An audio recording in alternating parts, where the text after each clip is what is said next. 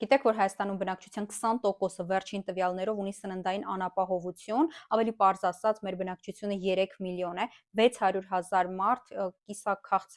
քաղցած է, չի կարողանում գնել բավարար քանակությամբ սնունդ եւ նաեւ որակյալ սնունդ։ Սրանք ՄԱԿ-ի հրապարակած վերջին տվյալներն են, ու երբ որ ես թվերին ծանոթանում էի, ինձ շատ դժվար էր այս ամեն ինչը ընկալել, որովհետեւ քաղցի խնդիրը մեր օրերում մեզանից այնքան հեռու, այնքան օտար խնդիր է թվում, ու դժվար է պատկերացնել, որ